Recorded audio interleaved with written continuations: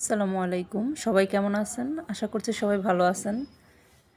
আজকে আমি আপনাদের মাঝে একটা লং ভিডিও নিয়ে আসলাম। হয়তোবা অনেকের পছন্দ নাও হতে পারে, কারণ মানুষের এখন এত ধৈর্য নাই। কিন্তু আমার কেন জানি অনেকদিন পর মনে হলো যে একটা লং ভিডিও দিই। এটা ছিল সকালের একটা কর্মকাণ্ড যেটা সকালে প্রতিদিন প্রতিটা ঘরেরই দৃশ্য। সকালে কি নাস্তা দিব বাচ্চাদের, টিফিন দিতে হয়, তারপর আবার সকালে খেতে হয়। যদিও আমার সকালটা আরও আগে শুরু হয়, তখন হালকা পাতলা ডিম সিদ্ধ বা বাদাম বা যাই হোক টুকটাক খাওয়া হয়। তো সেই খাবার দিয়ে তো আর হবে না, তারপর আবার একটু ভারী খাবার যেটাই হোক, সেটা হতে পারে ভাত বা মানে নুডলসটা মাঝে মাঝে করি। আমি প্রতিদিন তো আর নুডলস খেতে ভালো লাগে না, নুডলসের সাথে আবার মাঝে মাঝে পাস্তাও দিই। তো এইভাবে আগে সিদ্ধ করে নিয়েছিলাম, তারপরেই তো এখন তো সবাই রান্নাবান্না পারে, ছেলে মেয়ে, ইউটিউব আছে, ভিডিও আছে, সবাই দেখে দেখে ভালোই রান্নাবান্না পারে।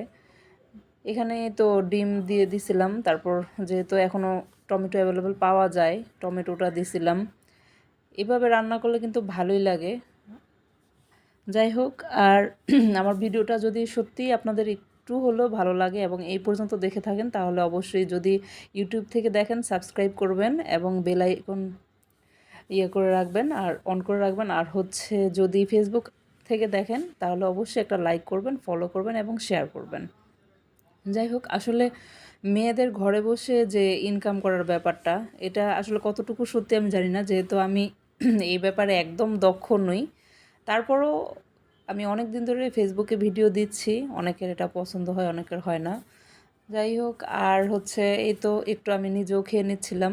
আমি যদিও সস দিয়ে খাই না, রান্নার সময় অল্প সস দিয়েছিলাম, তারপর আবার একটু ঢং ঢং করার জন্য সস একটু দিলাম।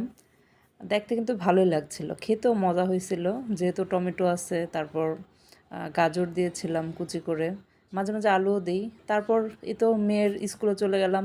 প্রতি মাসে অন্তত একবার যাই, যেহেতু ওকে ভ্যানে পাঠাই, অতএব চিন্তা থাকে না, কিন্তু মাসে একবার তো যেতেই হয়, একবার দুইবার।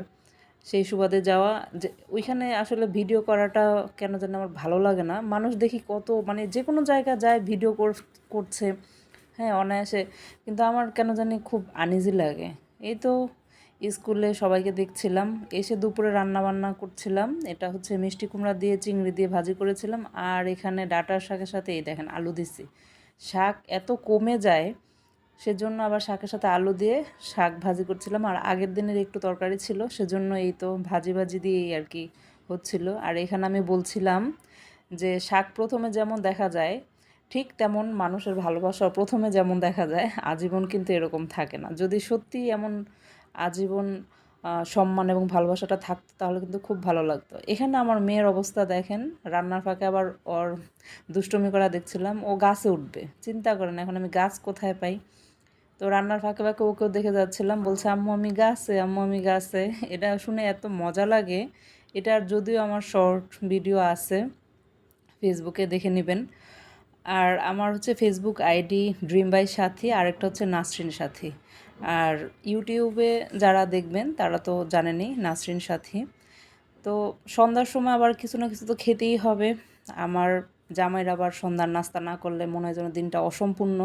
সে নিয়ে আসছিল হালিম আর পুরি। এটার মানে দুইটার কম্বিনেশন এত ভালো লাগে, আলহামদুলিল্লাহ, এটাই আমার সারাদিনের খাবার দাবার ছিল। আর